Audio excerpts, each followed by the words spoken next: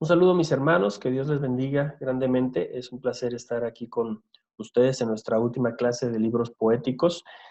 Lamentablemente la semana, no, este lunes que pasó, tuvimos algunos problemas con el internet, con la conexión, entonces no pudimos grabar desde el lugar que normalmente grabamos, entonces por eso no pudimos tener esa última clase. Sin embargo, este video les voy a dar esta última, es una pequeña lección realmente de lo que, con lo que vamos a cerrar el bimestre. Así que voy a empezar con esa parte y al final daré algunos anuncios. Eh, Algo que me gustaría ver el día de hoy, y creo que sería muy importante para todos, es un tema que no pude tocar cuando estábamos hablando acerca de los salmos, porque no quería, de alguna forma, no ver o no alcanzar todos los libros de la literatura poética. No quería que nos faltara alguno de ellos en nuestra clase, entonces decidí, si al final teníamos tiempo para ver esta sección de Salmos Mesiánicos, entonces verlo al final, ¿no? Así que es por esa razón que esta parte no está pegada a lo que nosotros vimos de los Salmos, el libro de los Salmos, la lección de los Salmos. Entonces simplemente es por esa razón. Pero creo que es bastante relevante. Evidentemente no vamos a analizar y ver todos los salmos, solamente quiero que se comprendan algunas cosas y analizar específicamente dos salmos mesiánicos. Así que así se llama la lección, lección 8, que corresponde a los salmos mesiánicos. Dice esta cita: al llegar al Nuevo Testamento, descubrimos que los salmos es uno de los libros con mayor frecuencia citados o aludidos del Antiguo Testamento. Henry Shire afirma que la influencia de los salmos en el Antiguo Testamento ha sido mayor que la de cualquier otro libro del Antiguo Testamento. Perdón, del Antiguo Testamento. Isaías sería un segundo lugar muy cercano. Entonces, para que entendamos la importancia y la relevancia que tienen los salmos en el propio Nuevo Testamento. Y cuando nosotros pensamos en el Nuevo Testamento, definitivamente hacemos una conexión directa con el Señor Jesucristo. Entonces, en ese sentido, creo que nosotros podríamos entender que lo que vamos a analizar acerca de los salmos tienen totalmente relevancia con el propio Señor Jesucristo. Así que esto dice esta cita y creo que es algo que interesante para nosotros. Salmos más mencionados en el Antiguo Testamento, aquí hay una lista de ellos. El Salmo 2, el Salmo 22, es un grito de angustia y un canto de alabanza. El Salmo 33, estamos hablando de una alabanza al Creador y preservador de la vida. El Salmo 34, la protección divina. Salmo 35, plegarias pidiendo ser librados de los enemigos. El 39, que tiene que ver con el carácter transitorio de la vida. El Salmo 50, es un salmo que nos expresa que Dios va a juzgar al mundo, va a juzgar a la humanidad. Salmo 69 es un grito de angustia. El 78 es la fidelidad de Dios hacia su pueblo infiel. Tenemos después el Salmo 89, un pacto de Dios con David. Y la lista sigue, ¿verdad? El 102 es una oración de un afligido. Y estos que están en negritas, ¿no? Que están más oscuros, son los salmos de todos estos que son mencionados en el Nuevo Testamento. Estos específicamente son más mencionados incluso, o sea, tienen todavía una relevancia mayor. Entonces, por eso está el Salmo 2, Salmo 22, 34, 69, 78, 89, como esos salmos que resaltan y que son más mencionados todavía en el Nuevo Testamento. Y se entiende, ¿verdad? Porque el Salmo 2 es el reino del ungido de Jehová, el Salmo 22 un grito de angustia y un canto de alabanza. Dos salmos que tienen que ver específicamente con el Señor Jesucristo. El Salmo 34, la protección divina. Un grito de angustia en el Salmo 69, fidelidad hacia su pueblo, pacto de Dios con David. Y después tenemos también el 110 y el 118 como esos otros salmos que se repiten constantemente en el Nuevo Testamento. Jehová da dominio al rey y acción de gracias por la salvación recibida. Hablando de los salmos mesiánicos, entonces, al comprender que los salmos dentro del contexto bíblico son en verdad relevantes, no podemos descartarlos como una revelación acerca de Cristo. Es decir, los salmos, como muchos otros libros de la Biblia, nos apuntan en dirección hacia Cristo. Y si estos salmos han sido tan mencionados en el Nuevo Testamento, sin duda alguna hay una conexión importante con el propio Señor Jesucristo. Entonces, vamos a analizar solamente dos, no vamos incluso a, a profundizar tanto.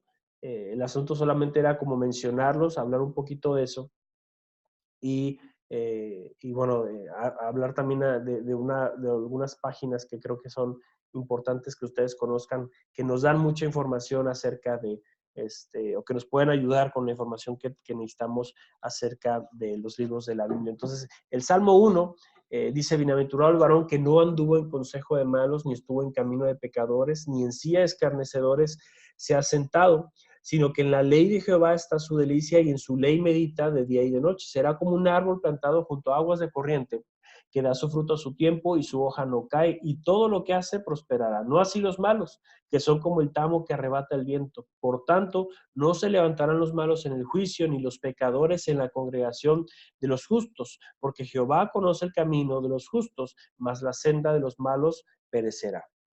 Entonces tenemos aquí este Salmo 1 que desde una perspectiva mía, y hablo desde una perspectiva cuando no tenía tanta idea acerca de este Salmo, pues yo no lo relacionaba, la verdad, yo no lo relacionaba directamente con Cristo. Sin embargo, vamos a ver algunas cuestiones interesantes acerca de este Salmo que yo creo que sí nos van a llevar a un punto de decir, sí, tiene total relación con el Señor Jesucristo. Algunos conceptos que hay dentro del mismo salmo. Por ejemplo, algunas palabras, ¿verdad? Algunas frases que son relevantes y que nosotros debemos tomarlas en cuenta. Prácticamente toda la información la saqué de este autor. Tienen un comentario exegético del Antiguo Testamento y bueno, estos son los autores. Dice el consejo, camino, silla, ¿no? Esta parte que viene aquí, en donde dice que no anduvo en consejo, en camino, ni en silla escarnecedores, ¿no? Entonces ahí están las tres palabras, con sus correspondientes verbos, indican las graduaciones de la maldad, siguiendo los principios, cultivando el compañerismo y conformándose permanentemente a la conducta de los impíos descritos por los tres términos. Entonces, de alguna forma, lo que está diciendo aquí el salmista es que es un asunto de degradación, que la persona se va degradando más. La persona que no es bienaventurada, ¿verdad? Es la que sí se junta, la que sí anda en consejo de malos, la que sí estuvo en camino de pecadores y la que en sí es escarnecedor y se ha sentado. Está hablando de una degradación constante de la persona. Otro término, la ley, que aparece acá en el versículo 2, sino que en la ley de Jehová está su delicia.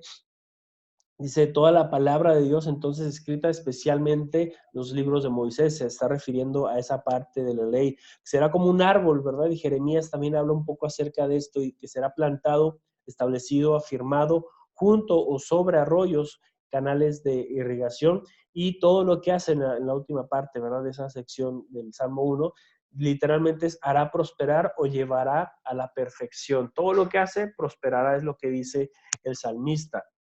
Ahora, el Salmo 1 es muy interesante porque de alguna forma nos está dando una declaración, bienaventurado el varón, y esta persona nos va a empezar a hablar acerca de cómo es esa persona. Primero nos va a decir lo que no hace o lo que no es, no estuvo, no anduvo, ni estuvo, ni en sí escarnecedores se ha sentado. Cosas que no hace la persona que es bienaventurada. Después dice lo que sí hace, que sería en la ley de Jehová está su delicia y en su ley medita día y noche. Y después, versículo 3, tiene que ver con lo que esa persona será. Será entonces como un árbol plantado junto a aguas de corrientes de aguas que da su fruto a su tiempo y su hoja no cae, y todo lo que hace prosperará. Después viene términos como, hace como un contraste, dice, no así, ¿verdad? Cuando habla acerca de los malos, dice, ni en cuanto a la conducta, ni a la felicidad. O sea, la persona que no es bienaventurada no tiene ni siquiera el asunto de la conducta, que medita en la ley de Dios, ni siquiera tampoco en lo que va a recibir, ¿no? Como dice el Salmo en el versículo 3, será como árbol plantado junto a aguas de corriente, y toda esa parte dice, la situación o esta frase de decir no así, significa que literalmente esta persona que no es bienaventurada, no solamente es en asuntos de conducta, sino también en lo que va a recibir. No es así, no va a poder alcanzar lo que sí alcanza el hombre bienaventurado. Dice, como el tamo, será como el tamo, que por los modos orientales de la trilla, contra el viento se vuela por completo, ¿verdad? Toda esa parte del tamo es la que se quita, no permanece, será llevado por todas partes, no se levantarán, no serán absueltos, serán arrojados de entre los buenos, como lo menciona también Mateo 25, quizá una referencia que podemos nosotros sacar, y las sendas de los malos, todos sus planes acabarán desengaño y la ruina. Entonces, eso es como los conceptos generales del Salmo que nos ayudan más o menos a hacer una división. Podríamos dividir el Salmo como en dos secciones más o menos, del, vamos a ahí, del 1 al 3 y del 4 4 al 5, y después viene una nota final al 6, porque Jehová conoce el camino de los justos, mas la senda de los malos perecerá. Entonces, esta es una descripción del hombre bienaventurado, del varón bienaventurado, pero también hace una descripción y hace el contraste de aquella persona que es mala, que no es una persona bienaventurada. Entonces, pensando y tomando esta situación en cuenta, dice este mismo Jameson, el carácter y condición y el destino presente y futuro de los piadosos y de los impíos se describen y se contrastan, enseñando que la verdadera piedad es la fuente de la felicidad final y el pecado, la de la miseria. Como tal, es el resumen de todo el libro. Este salmo, haya sido puesto así de propósito o no, forma un prefacio muy propio. Y si uno se da cuenta, si uno, bueno, en el caso de ustedes, yo sé que ya leyeron la mayoría de los salmos, yo creo que vieron esta parte interesante en la que el Salmo 1 es diferente a los demás salmos. Y es como una introducción que se va a dar para los siguientes salmos. Quedó perfectamente bien ahí este Salmo 1. Ahora, la referencia con Cristo, y esto es lo que, el tema, ¿verdad? Que tiene que ver, y era necesario estudiar algunos conceptos, o por lo menos mencionar algunos conceptos acerca del propio Salmo 1 para llegar a este punto, ¿verdad? Su interés teológico fundamental es contrastar dos formas de vivir, pensando en el Salmo. Dice, el justo mencionado ahí, la persona orientada a la Torah, que es objeto del cuidado y preservación de Dios, es una prefiguración del hombre justo que actúa en lugar nuestro, sea Jesucristo. ¿Por qué? Porque cuando uno ve la descripción que se hace del Salmo 1, del hombre bienaventurado, es evidente que nosotros en nuestra humanidad no podemos vivir como lo hace el hombre bienaventurado, el varón bienaventurado. Es Cristo quien tiene esa característica, es Cristo quien tiene esa capacidad de vivir de esa forma, y entonces es necesario que nosotros hagamos esta conexión, puesto que es típico que los salmos hablen del ideal que es inalcanzable en nuestra propia experiencia. Pero esa situación en nosotros sí puede ser alcanzada por el asunto de la justificación que hace Cristo en nuestra vida.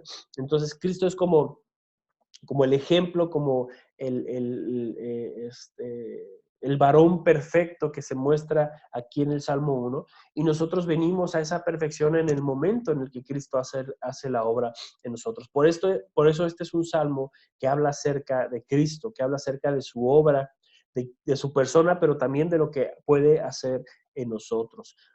Un ejemplo más, el Salmo 2 dice, ¿por qué se amotinan las gentes y los pueblos piensan cosas vanas?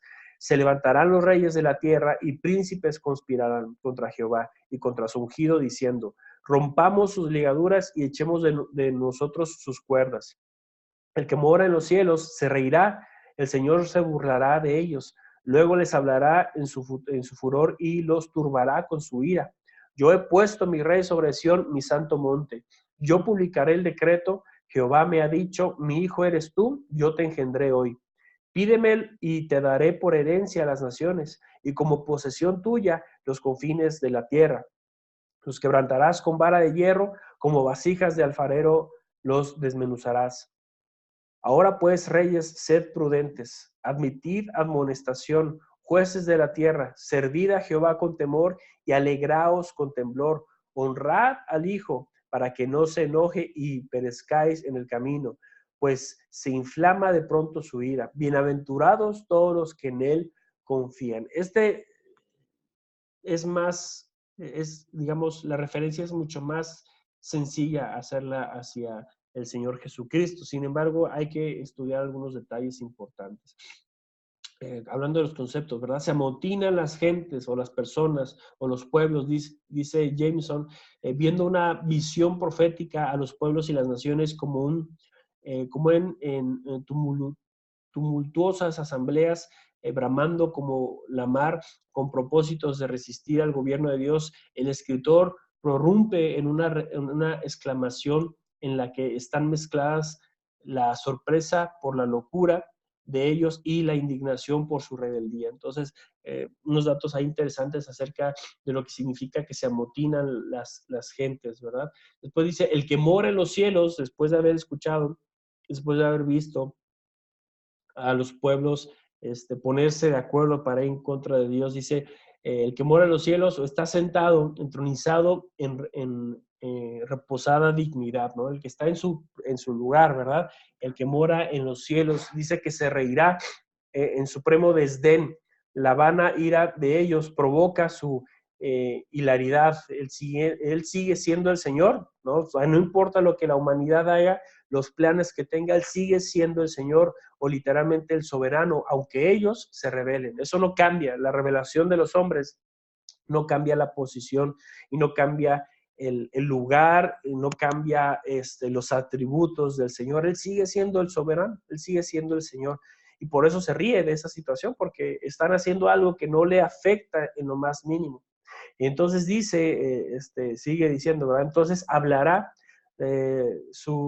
se despertó entonces su justa indignación, tanto como su desprecio. Para Dios hablar es obrar, pues lo que resuelve, lo hace. Entonces, como lo vemos ahí en Génesis 1:3, eso que dice, eso sucede, ¿no? Y eso es lo que va a pasar, dice según el Salmo 2. Sobre Sión, monte de mi santidad, o mi santo monte, colina elegida por David, para la morada del arca y la sede de la residencia visible de Dios, como también la de David, como vemos ahí en 1 Reyes 8:1. La cabeza de la iglesia y la nación y un tipo de Cristo. Era llamada santa y la iglesia misma vino a llamarse del mismo modo, como lo vemos en el Salmo 9, 51, 99 y en Isaías 8. Entonces, hay unos datos interesantes. Yo te engendré hoy, como en 2 Samuel 7:14, Él será mi hijo, y es un solemne reconocimiento de esta relación. No está hablando acerca de la creación, de que Cristo haya sido creado, sino está hablando de la relación que tiene el Padre con el Hijo. Hablando también de los conceptos, sale este comentario que dice el número, y el autor de este salmo se nos da en Hechos 13, 33 y 4:25. Si uno va ahí, se identifica pues que es David quien escribe este salmo. Y dice, aun cuando los eventos guerreros del reino de David pueden haberse surgido en el fondo imaginativo, las escenas pintadas y los temas presentados pueden hallar su aplicación en la historia y el carácter de Jesucristo, como testifica muy distintamente los escritores del Nuevo Testamento según las citas anteriores. Entonces, definitivamente es una referencia al Señor Jesucristo, y Graham Goldsworthy dice lo siguiente: el Salmo 2 indica que la forma utilizada por Dios para enfrentar la rebelión de las naciones en su contra fue estableciendo a su rey en Sión. Y es completamente consecuente con la escatología del Antiguo Testamento, que ven la restauración de Sión y la monarquía davídica como un momento de juicio y salvación.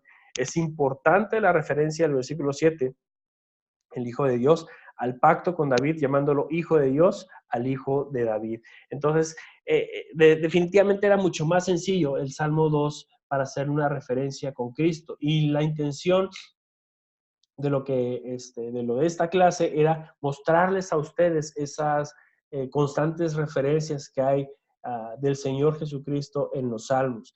¿Para qué? Para que nosotros también nos tomemos el tiempo para estudiar esta parte. Solamente fueron 2 ejemplos. No quise meterme en más porque sin duda alguna pues vamos a tener una clase muy extensa y la intención era cerrar esta clase con esto y un poco de información que les quiero dar. Hay unas páginas que yo quiero mostrarles que en lo personal a mí me han ayudado bastante para el estudio, no solamente de la literatura poética, sino también de otras materias. Nada más déjeme poner aquí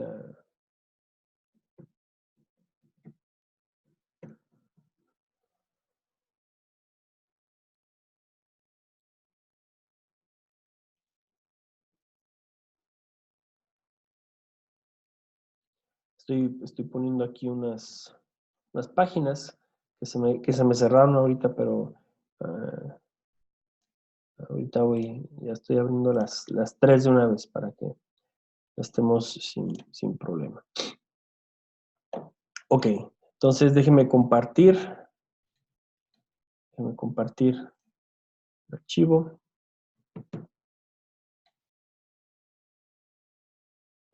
Ok, voy a empezar con una página que yo creo que va a ser muy importante para ustedes. Esta página, en especial, lo que tiene es que tú abres tu propia cuenta, eres parte de lo que hay aquí y todo lo que tú haces se queda guardado ya para que tú puedas entrar en otro momento, en otro lugar, en otra computadora. Y entonces, así que tienes que abrir una cuenta, así como yo la abrí.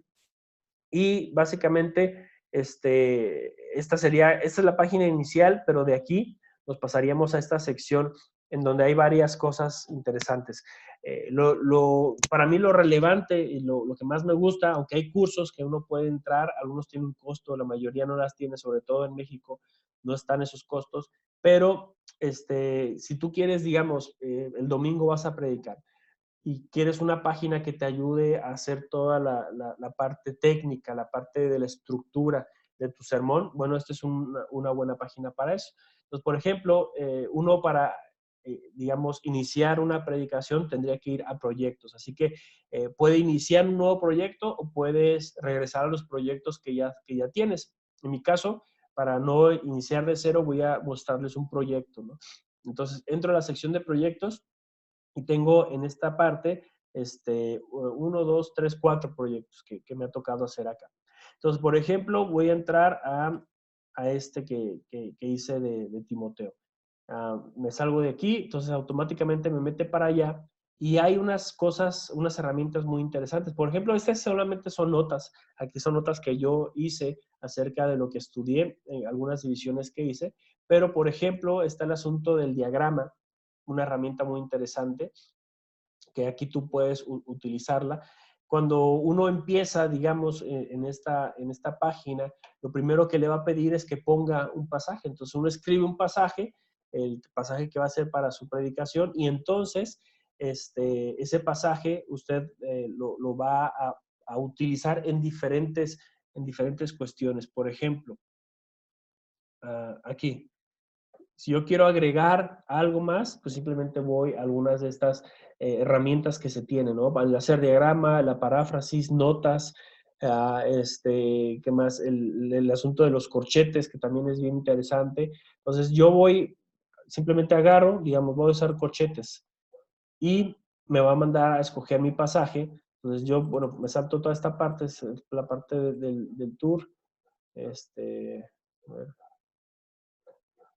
listo. Entonces ya me va a poner a escoger un pasaje, voy a escoger el mismo, entonces ya me va a tirar el pasaje aquí y yo voy a hacer ciertas divisiones con base a la unión de los temas. Entonces, esta es una herramienta muy buena.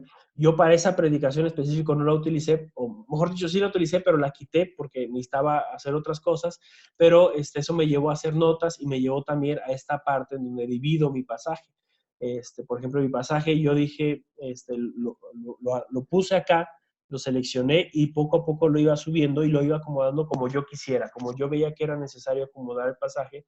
Y una vez que hice eso, entonces yo le pude dar estructura para poder sacar mis puntos. Entonces, esta página, hay muchas cosas, ¿no?, que podríamos hablar, pero esta página en particular tiene esto, que te ayuda, es como si fuera un cuaderno de notas y tú vas haciendo tus divisiones, tú vas agarrando los pasajes, dividiéndolos, vas haciendo tu bosquejo, vas señalando algunas cosas interesantes de tu pasaje y todo lo puedes ir desarmando aquí y acomodando de la forma que tú quieras.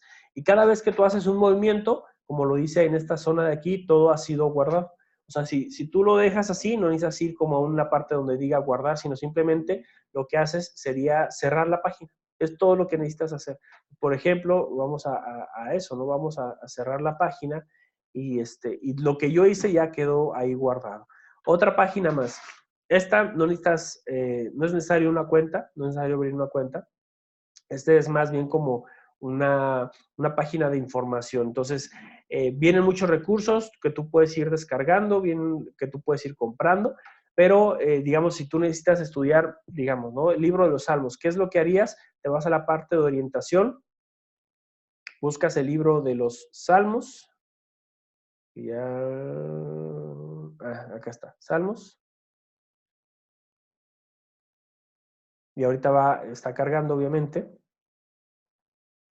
Y entonces va a empezar a arrojarte toda esta sección, tiene que ver con el libro de los Salmos, con información acerca del libro de los Salmos. Por ejemplo, versículos clave, cuestiones de la autoría, destinatarios, ocasión del libro, características específicas, el contenido, va dando reseñas, tiene muchas citas de muchos autores reconocidos, entonces eso también nos ayuda a nosotros, el desarrollo del propio libro, ahí está cómo lo va desarrollando, y consejos para el lector. Entonces, tiene esta parte bastante interesante que yo creo que a todos nosotros nos puede ayudar. Es información extra que si a veces no tienes algún libro, no tienes información de dónde sacarla, bueno, exegetica.net es una página que te ayuda a encontrar información. Otra página de información sería esta. Esta página se llama Indubiblia. Así lo pueden buscar como Indubiblia. La otra se llama exegetica.net y esta se llama Indubiblia. Esta página, igual tú vas al libro que quieres, digamos, vamos otra vez al libro de los Salmos, y nos va a dar información acerca de todo. Hay un video introductorio. Este video yo se los puse en las plataformas, no es un video mío, evidentemente, sino que yo lo saqué de esta página. Y hay como una referencia, o sea, uno puede ir a leer todos los salmos desde aquí. Y también vienen, digamos, toda esta parte de información, ¿no? Como el método crítico, método histórico, método literario, panorámico, palabras claves, temas, fechas, composición, título, detalles de los salmos, cuestiones interesantes, retos de interpretación, contexto histórico, temas históricos, teológicos, vista panorámica. Hay varias cosas bastante interesantes, ¿no?, que uno puede sacar de aquí. Son 2 páginas que tienen esta parte de, son páginas que nos ayudan a nosotros a tener más información. Se llama Indubiblia o estudio inductivo de la Biblia, como quieran ponerle, les va a aparecer. Y la otra se llama exegetica.net. La otra, y no les dije el nombre, ¿verdad? Pero se llama Bible Arc. Es el nombre, ustedes le ponen Bible Arc, Biblia en inglés, y lo primero que les va a llevar es hacer una cuenta, y es muy sencillo, solamente es correo, contraseña, y es todo, y entrar. Y entonces ya una vez que entras, tienes el acceso a todas las herramientas que les dije. Entonces, estos son como libros de recurso, ¿no? No sé si tienen ese concepto de lo que es un libro de recurso. Bueno, estas son páginas de recurso, en donde viene toda esta información. Bible Arc no es necesariamente de recurso, es más para que tú trabajes en tus proyectos. Esa es la intención, que tú vayas trabajando en los proyectos que tienes.